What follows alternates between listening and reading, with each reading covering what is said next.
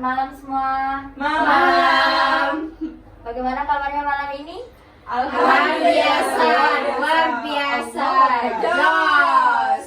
Ya, saya harap semuanya dalam keadaan sehat walafiat. Amin. Dalam masa pandemi COVID ini, jadi kita harus menjaga kesehatan dan harus menaati peraturan protokol. Perkenalkan, nama saya Febra Cahyalita. Saya dari Poltekkes Kemenkes Denpasar, kelas 2A. Di sini saya akan melakukan penyuluhan kepada adik-adik dan kakak-kakak.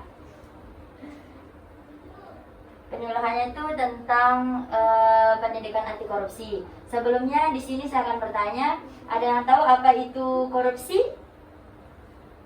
Iya, Penyalahgunaan uang negara. ya betul. Ada yang lain? Ada lagi? Di sini saya akan jelasin. Jadi korupsi itu merupakan suatu perilaku manusia yang diakibatkan oleh tekanan sosial sehingga menyebabkan pelanggaran norma-norma. Korupsi juga dapat diartikan sebagai tindakan setiap orang yang dengan tujuan menguntungkan diri sendiri atau orang lain atau suatu korporasi. Juga menyalahgunakan kewenangan seperti kekuasaan, kesempatan, sarana yang ada padanya karena jabatan atau kedudukan yang dapat merugikan keuangan negara atau perekonomian negara. Korupsi juga terjadi karena adanya faktor kekuasaan dan monopoli yang tidak dibarengi dengan akuntabilitas. Adapun juga penyebab-penyebab korupsi terjadinya, yaitu dilakukan oleh seseorang.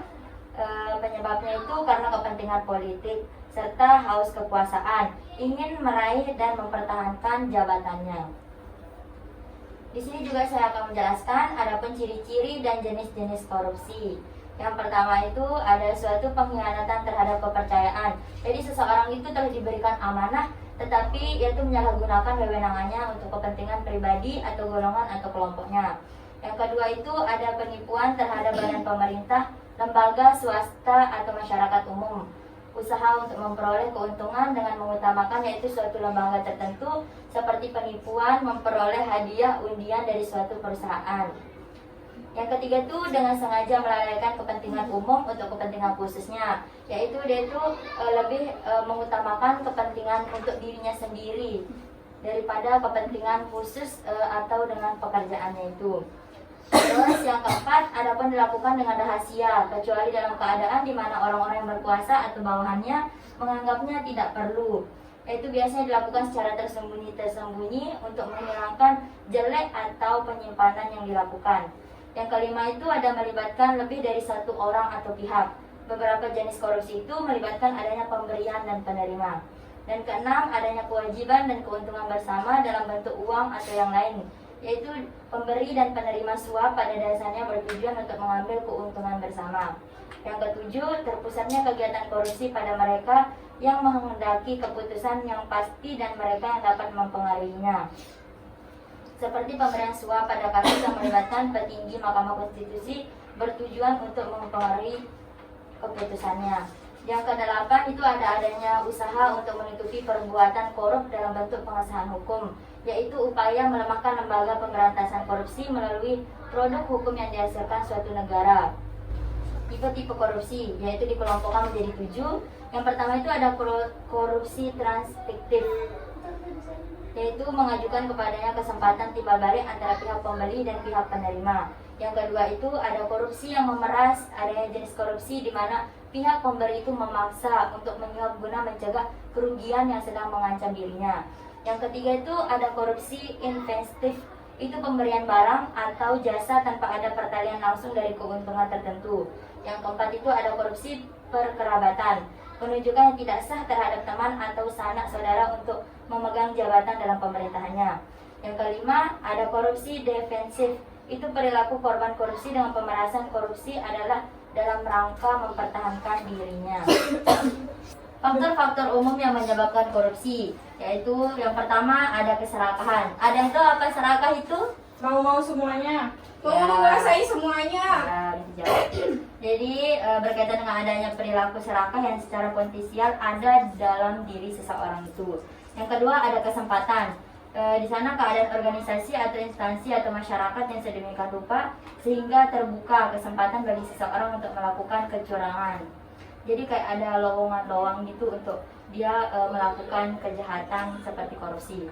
Dan yang ketiga itu ada kebutuhan, yaitu dengan faktor-faktor yang dibutuhkan oleh individu-individu untuk menunjang hidupnya yang wajar, untuk memenuhi kebutuhannya sehingga ia melakukan korupsi. Terus yang keempat ada pengungkapan, yaitu dengan tindakan atau konsekuensi yang dihadap oleh pelaku kecurangan apabila pelaku ditemukan melakukan kecurangan.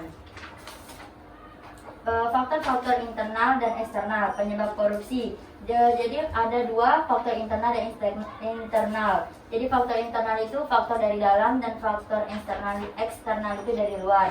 Yang pertama dari aspek perilaku individu, yaitu dari sifat tamak atau rakus manusia. Jadi sikap tamak atau rakus itu seseorang yang masih juga merasa kurang dan mempunyai hasrat besar untuk memperkaya dirinya. Korupsi berkaitan dengan perbuatan yang merugikan kepentingan umum atau masyarakat luas. Dan yang kedua itu ada moral yang kurang kuat, yaitu godaan itu bisa berasal dari atasan, teman, setingkat atau bawahannya. Terus yang ketiga itu ada penghasilan yang kurang mencukupi. Seseorang itu memenuhi kebutuhan hidupnya yang wajar. Terus seseorang akan berusaha memenuhi dengan berbagai cara karena dia merasa kebutuhannya itu kurang. Yang keempat itu ada kebutuhan yang mendesak. Jadi seseorang itu mengalami situasi yang sangat mendesak dalam hal ekonomi, dan keterdesakan itu membuka ruang bagi seseorang itu untuk mengambil jalan pintas untuk melakukan korupsi. Yang kelima itu ada gaya hidup yang konsumtif, yaitu dari contohnya kota-kota besar yang sering mendorong gaya hidup seseorang konsumtif atau hedonis. Perilaku konsumtif itu apabila tidak diimbangi dengan pendapat yang memadai akan mendorong seseorang itu untuk melakukan berbagai tindakan guna memenuhi hajatnya. Yang keenam itu ada malas atau tidak mau bekerja, yaitu seseorang itu tidak ingin mendapatkan hasil dari sebuah pekerjaan tanpa keluar keringat atau malas bekerjanya. Yang ketujuh itu ada ajaran agama yang kurang diterapkan. Adapun aspek sosial, yaitu terjadi karena dorongan keluarga. Kaum berafiliasi mengatakan bahwa lingkungan keluarga lah yang secara kuat memberikan dorongan bagi orang untuk korupsi dan mengalahkan sifat baik seseorang yang sudah menjadi sifat pribadinya. Yang kedua itu ada faktor eksternal, yaitu yang pertama ada aspek organisasi. Yang pertama ada manajemen yang kurang baik sehingga memberikan peluang untuk melakukan korupsi. Yang kedua ada kultur organisasi yang kurang baik. Yang ketiga lemahnya controlling atau pengendalian dan pengawasan. Yang keempat ada kurangnya transparansi pengelolaan keuangan. Yang B, sikap masyarakat terhadap korupsi. Yang pertama itu ada nilai-nilai yang dianut oleh masyarakat. Yang kedua, masyarakat sering kali menganggap bahwa pejabat harus kaya, oleh karena itu pejabat harus mendapatkan uang. Yang ketiga, masyarakat tidak menyadari bahwa yang dilakukannya juga termasuk korupsi karena kerugian yang ditimbulkan tidak secara langsung. Yang keempat itu ada dampak korupsi tidak kelihatan secara langsung sehingga masyarakat tidak merasakan kerugian. Yang kelima, masyarakat memandang wajar hal-hal umum yang menyangkut kepentingannya. Yang C ada aspek ekonomi. Aspek kebijakan Yang D, korupsi. ada Yang aspek pertama politik ada atau isi tekanan kebijakan. kelompok. Kebijakan Yang anti E korupsi ada akan aspek efektif hukum. apabila di dalamnya terkandung unsur-unsur yang terkait dengan persoalan korupsi. Yang kedua ada pembuat kebijakan. Kualitas isi kebijakan tergantung pada kualitas dan integritas pembuatnya. Yang ketiga ada pelaksanaan kebijakan. Kebijakan yang telah dibuat dapat berfungsi apabila didukung oleh aktor-aktor penegak kebijakan, yaitu kepolisian, kejaksaan, pengadilan, pengacara, dan lembaga pemasyarakatan. Yang keempat ada kultur kebijakan. Eksistensi sebuah kebijakan terkait dengan nilai-nilai, pemahaman, sikap, persepsi, dan kesadaran masyarakat terhadap hukum atau undang-undang anti korupsi. Lebih jauh, kultur kebijakan ini akan menentukan tingkat partisipasi masyarakat dalam pemberantasan korupsi.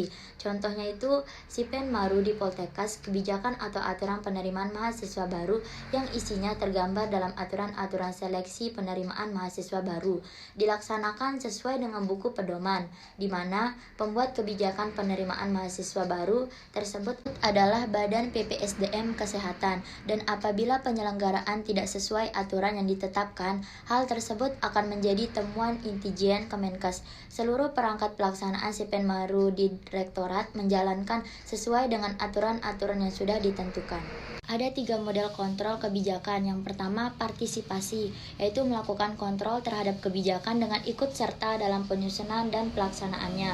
Yang kedua, ada evolusi, mengontrol dengan menawarkan alternatif kebijakan baru yang dianggap lebih banyak.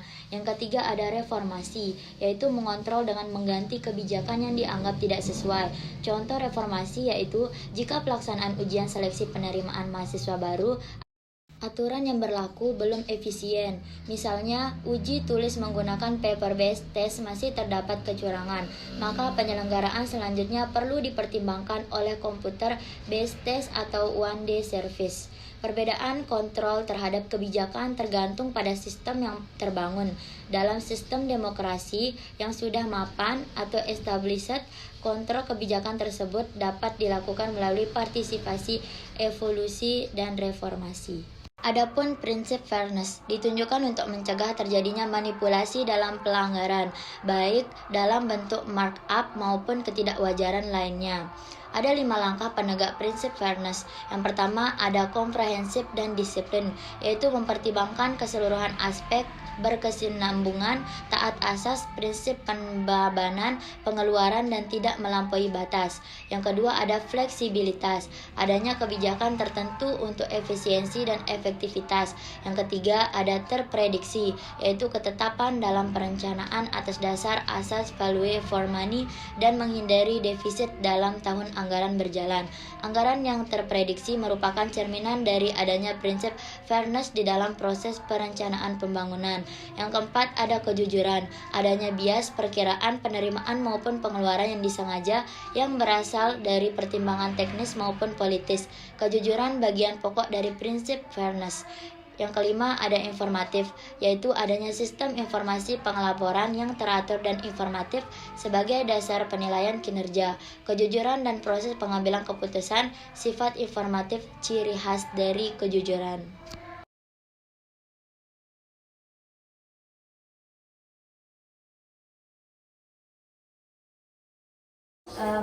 Dari pengertian, dari penyebab, dari faktor-faktor dan ciri-ciri saya sudah jelaskan.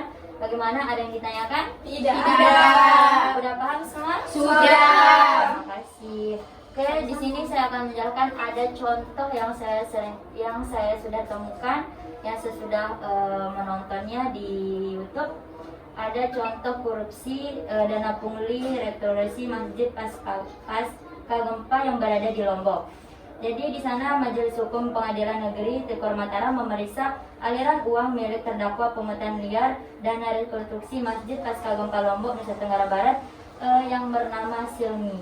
Pemeriksa itu dilakukan dalam agenda sidang pemeriksaan terdakwa yang dipimpin oleh Ketua Majelis Hakim Isnul Syamsul Arif. Selasa, usai mendengar pernyataan terdakwa Silmi yang mencabut keterangan sebelumnya baik di BAP kepolisian maupun kesaksian dalam persidangan terdakwa kedua, yaitu ada Iqbal. Pemeriksaan aliran uang Silmi dilakukan berdasarkan bukti dokumen kelengkapan perkara yang dihadirkan jaksa penuntut umum ke hadapan majelis hakim. Dalam dokumen tersebut, majelis hakim memeriksa print out buku rekaman koran milik terdakwa Silmi dalam periode 16 Desember 2018 hingga 9 Januari 2019. Dari hasil pemeriksaan majelis hakim tidak menemukan adanya transaksi pengiriman dan penarikan uang sebesar 20 juta seperti yang diungkapkan Silmi. Tapi pada waktu yang bersamaan ketika Silmi mengungkapkan pengiriman uang 20 juta tersebut ke Kakanwil Kemenang ITB Nasruddin, ada dana sebesar 100 juta yang masuk ke rekening Silmi. Yang ada itu uang masuk 30 juta, itu pada 7 Januari 2019. Setoran dari Iqbal 25 juta itu tidak ada di sini. 20 juta kali penarikan itu mana? Yang ada penarikan itu ada 15 juta. Justru ada pemasukannya itu 100 juta, kata Isnurul.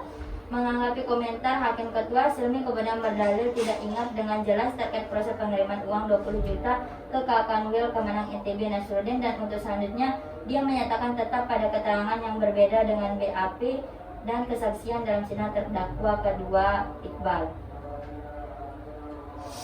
Adapun dari penyebab korupsi itu, penyebabnya itu dari faktor internal dari dirinya sendiri, itu ada sifat tamak atau rakus.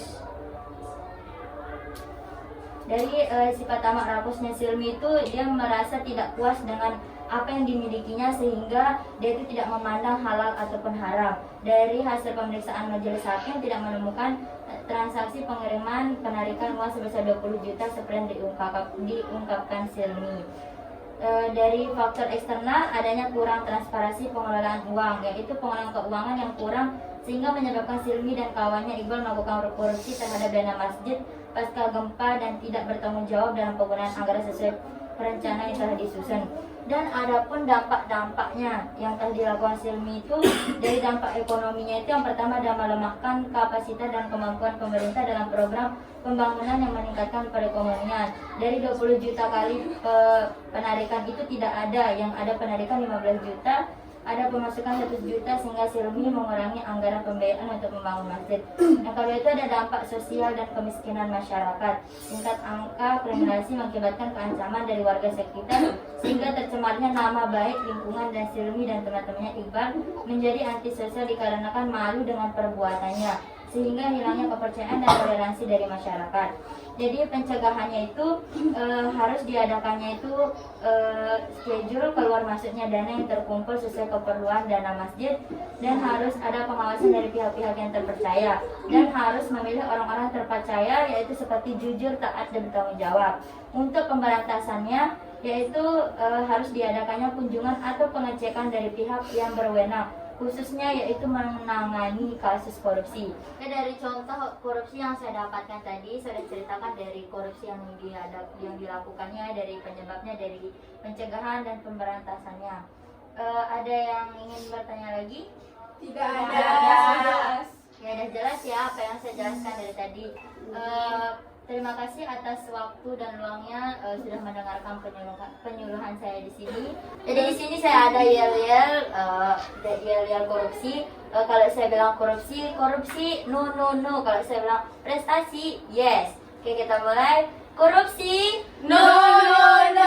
prestasi, Yes. Terima kasih. Assalamualaikum warahmatullahi wabarakatuh. Selamat malam. Waalaikumsalam warahmatullahi